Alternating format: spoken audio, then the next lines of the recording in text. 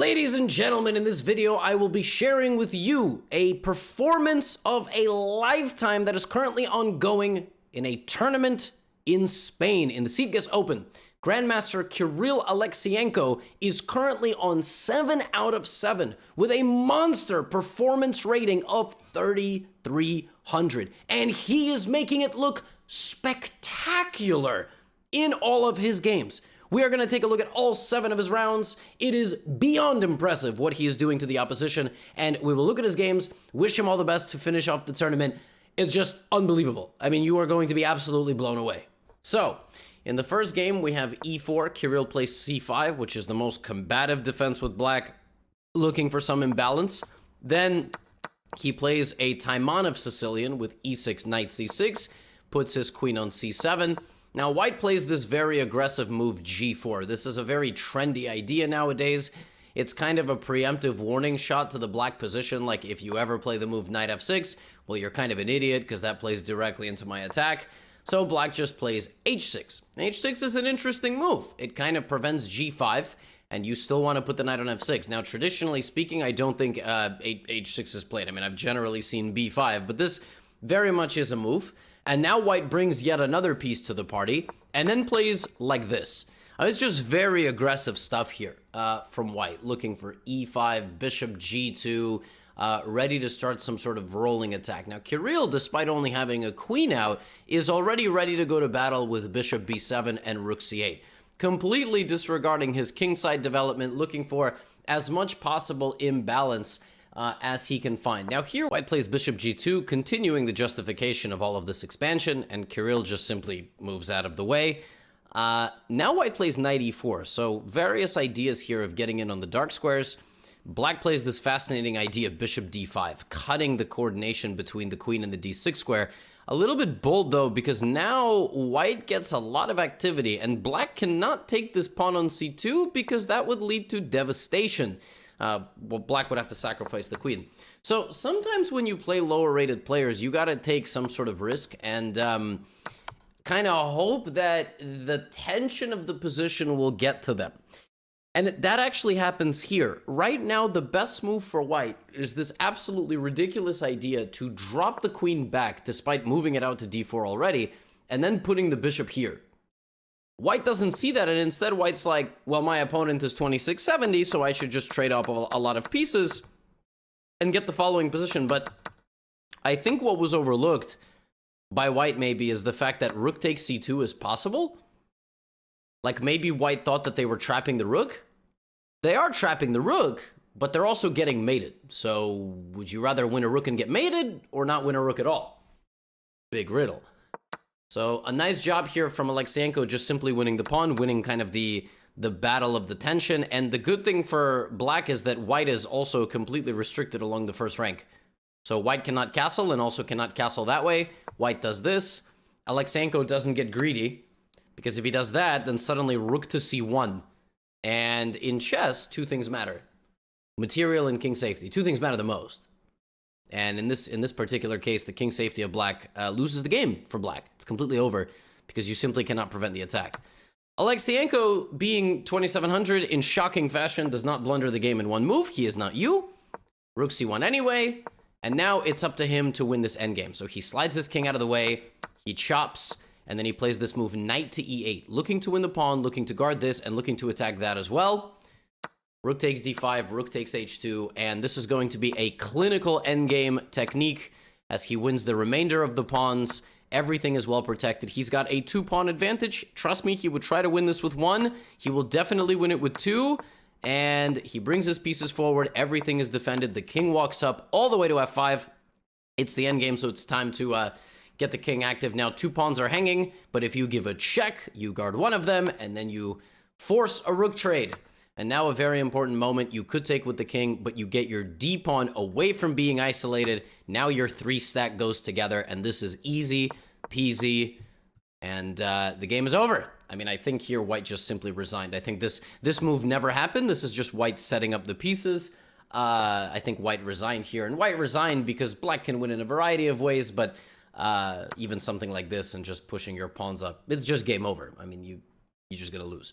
So a very good start. I mean, obviously a very good start, but not, let's put it this way, not impressive, right? 2,700 beats a 2180. Like, what are we even looking at? No disrespect, but we gotta look at the juicy stuff, right? Like, this is the appetizer. This isn't even the appetizer. This is like the hors d'oeuvre, if you will. Now, game number 2, Kirill sits down. His opponent is now 200 points higher rated. He's playing a very, very decent player, international master, I believe, from Chile, and this one is a French defense. This is the Tarrasch variation. We have takes, takes, and this kind of variation where white slowly wins back the pawn in the center, and black finishes development and plays like this. Now, white has a slight edge here. Why? Because black is a few moves away from finishing development, and therefore white is able to play a move like queen f3, which prevents b6, also prevents e5, because the knight would jump into the f5 square and force some sort of beneficial exchange. And also queen f3 frees up rook d1 and ideas of bringing out the bishop like in conjunction with the defense of the queen. So white has a little bit of an advantage simply based on the pace of the game. Queen slides back to c7, pawns meet on the queen side, and Alexienko has now secured total control of that square b5, which he might use, and he might also just continue to move forward. He trades dark squared bishops. Here come his rooks. Let's take a snapshot of the position. Certainly white is better. But now what? Queen e3, g3, maybe potentially bringing out the h-pawn. No, not potentially. Very much, in fact, starting a same side attack on his opponent. His opponent doesn't have the right setup. The knight is normally on that square, and knights don't move laterally, so that knight is going to be... Can you unhighlight? Thank you.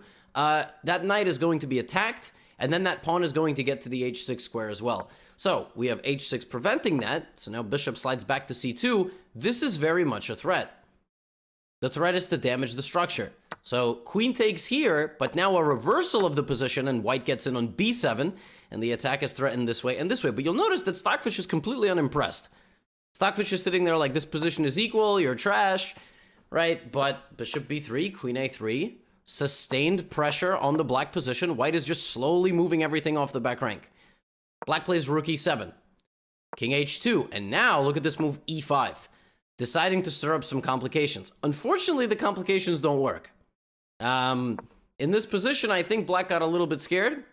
Black should have just taken a moment and tried to play bishop c6, tried to trade off a few pieces and continue just sort of liquidating.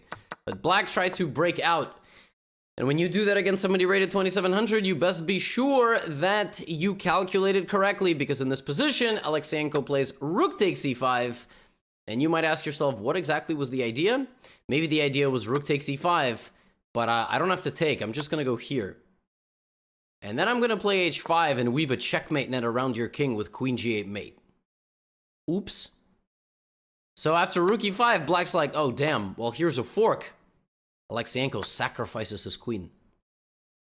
Ooh. Sacrifices his queen to get a rook and bishop, but it's worse than a rook and bishop. The knight is hanging, and the king is about to get absolutely bludgeoned. So black runs, giving up the knight, but I'm still going to get there. I'm going to win one pawn. I'm going to safeguard my king completely. Queen e4, king g3 unpinning. The knight comes in, and the black king is just about to be bum rushed by 16 points of material. So, yeah, Alexienko locks the door on the bishop. The bishop is left alone. The king is left alone, and the pieces are not going to be nice. You defend your pawn, I'd smother mate you in the corner. So, very nice game from Alexienko. But his opponent was in it for a while. Alexienko, once again, needed to take some risk against a very game opponent, and unfortunately, his opponent did not, just got a little impatient here with the move e5. So just kind of, he was doing all right. He was just doing all right here against the white position's pressure, but that's chess, that's life. You do well, and then suddenly everything goes wrong. So 2 out of 2. Next opponent. The opponents keep getting stronger. This time Alexienko has the black pieces against Turkish international master Yagiz Khan Erdogmus. Now 24-50. This time, a Catalan. I mean, some of these openings are so scummy. Like, beating the Catalan is borderline impossible. Alexienko plays a very good system. He's playing a closed Catalan. He's keeping as many pieces on the board as possible, just hoping for a long-term battle. His opponent, though, comes really well prepared and gets a super pleasant position from the opening. Now here there's some sort of weird glitch that occurs. This was like, that obviously was not played. The board just has a little bit of a malfunction there. I don't know what the heck was going on there, but okay, F5. So the game continues, right? And you'll notice that the computer sort of hates this. The computer's just sitting there like, I don't really know what's going on. And Alexienko now plays G5 too. So another same side attacking display from Alexienko, who's just pushing all these pawns in front of his king. This is a masterclass on how to beat players who you're better than by taking calculated risks. Knight to F6, Bishop D7, and White decides I'm going to blow up the center of the board with E4. Very, very, very tense position. Alexienko plays DE, FE, and now a very clever idea. Brilliant idea here from Black. Hidden in all of this is the fact that Black is actually a move away from completely solving all of his problems with the amazing move E5. What? The point is, you are trying to lose a pawn on this diagonal. You're trying to lose the pawn to open that diagonal. I didn't say that sentence right. Just pretend that I did. And then the knight will come here. You get queen b6, and you get knight to g4, and you don't care about this because the knight is getting into f2. e5 is a fascinating move. Credit to White, though, who deals with it relatively correctly and then puts his knight out on the edge of the board. But Alexienko won't stop. b5. What? That's a blunder. Take, take. Wait, he's going to lose his rook. He knows. He knows. He sacrifices his rook to continue attacking his opponent and to open up this king. This is a brilliant attacking game. Queen a7, you take, I sneak in check. The queen is hanging, and so is this. The queen has to go play defense. Now I take. And what have I gotten for the rook? I've gotten a pawn that's a thorn in your position. This is on the way, and this is on the way. The bishop is going to come as well, and so is the rook. Here comes the knight. You can force a queen trade thinking, oh, with no queen, I won't mate you. I don't care about that. I got more pieces. I got more pieces. Knight e5. My pawn is still there. g4 is a mate threat. I am literally threatening checkmate in 2 while all your pieces are dormant. White has to go here. Black attacks the rook moves. And now, the final act of the black position. Here comes the king. Alexienko here and his opponent miss a completely ridiculous defensive resource, which is White sacrificing the rook. And then when you take it, there's bishop a3 check. It would have been slightly more accurate, I think, here for Black to play like rook takes a2 first, but I guess they were low on time. And Black ends up taking that pawn a move later. Black ends up taking that pawn, and Black's king just arrives in the center of the board, walks out of danger, and this amazing move d2, deflecting the rook away from the defense of everything, and king e5, and the game is over. That was a super impressive example of how to defeat the Catalan. Take calculated risk, shove a knight in the center of the board, and just start, minus this glitch, and just start launching your pawns. Very impressive display here. White tried to fight back, and Alexienko just poked through it with this amazing move e5. He is now 3 for 3, and he has one more international master opponent, this one named this gentleman named Matthew Wadsworth from England. This time, Kirill sits down and goes for a ready. He plays this system where Black tries to take a lot of center space and gives up the light-scored bishop before trading and leaving this bishop paralyzed. But Alexienko is a very, very strong grandmaster, so he is going to avoid a trade of queens. He's going to play several pawn moves that restrict his opponent's knights. He's going to kick the queen out of the center. At some point, White might move the bishop back or this way and try to play f4. But for now, White is just going to finish his development, trade some rooks, and as usual, as we saw in that other game, same side attacks. I mean, Alexienko is really, really good at these same side attacking ideas of improving his position. Just even like king g2, just a slight improving move, not doing a whole lot, right? Now bishop e3, looking for a trade of bishops. Rook takes the center, and now there's a nice move, bishop g4, looking to damage his opponent's structure and get in over here. Nice idea. If knight takes g4, then I'm going to chop, chop, and get this. This is coming at some point. My knight, my queen, very bad position. And it almost seems like Black's rook was paid off not to be there. You know, like in Peaky Blinders, Like you in those mafia shows or whatever, they pay the cops not to show up. It seems like the rook was just paid not to show up. The rook was like, all right, get out of here. So bishop g4 takes, the knight comes to c5, and just effortless expansion here by Alexienko. He takes, queen e7, the knight just comes back looking to go to f5. Black plays g6, and right on cue. Remember this pawn that Alexienko pushed like 10 moves ago? Just played h4? Yeah, well, now h5. Giving it up completely, but getting the knight to f5. And if you don't take, I'll take you, and now I have a new attack, while this rook is just stuck. Black tries to come back, but it's too late. And now, just when you thought Alexienko ran out of resources, one more pawn joins the attack. The knight is booted. The queen will take the next pawn. Black tries to create some counterplay, can't take the knight, doesn't matter. And look at this move. White to play. Probably the most impressive move of this entire game. You can try to find it, try to prove yourself that your 2700 or 3000 performance. Queen to c1! Unpinning the queen, threatening this, and threatening rook h6! In this position, black takes the pawn, loses this, and gets forked and resigns a few moves later. But this is so absurd. In this position, if rook takes b4 had occurred, white would have sacrificed the rook. Crazy. King h6, knight to f5, and queen to h6. Just amazing. And then taking the queen as well. Oh my goodness. This man won't stop. And now, here come the big boys. All right? He's 4 out of 4. He's playing Grandmasters. Abhimanyu Puranik from India. Very strong player. He's a strong guy. Like, I don't know physically, but in chess. And Alexienko now is still trying to win with black. He's playing a very offbeat Ruy Lopez. He's not playing the Marshall. He's not playing the Breyer. He's not playing any of that. He's playing like a King's Indian defense style Ruy. Now, at this level of chess, these positions are so locked. Look at Alexienko coming back. But you know what Alexienko loves? Same side attacks. This is the 4th time in a row he's getting to a spot on the board that he prefers. Fe4, e3, sacrificing the pawn back and planting his knight in the center of the board, and then bringing his queen. Look at this. White plays rook a3, patrolling the entire rank. Black brings out the knight, looking to trade, and here plays a beauty. Just a beautiful move. Bishop to g4. It looks like a 500 played that move, hanging the bishop. That's not even possible, because queen h2 and you can't stop it. And if you move the queen, which is exactly what he did in the game, suddenly the bishop goes here. And look at, I mean, just look at how effortlessly Alexienko does this. Laser beaming bishops. Oh my goodness.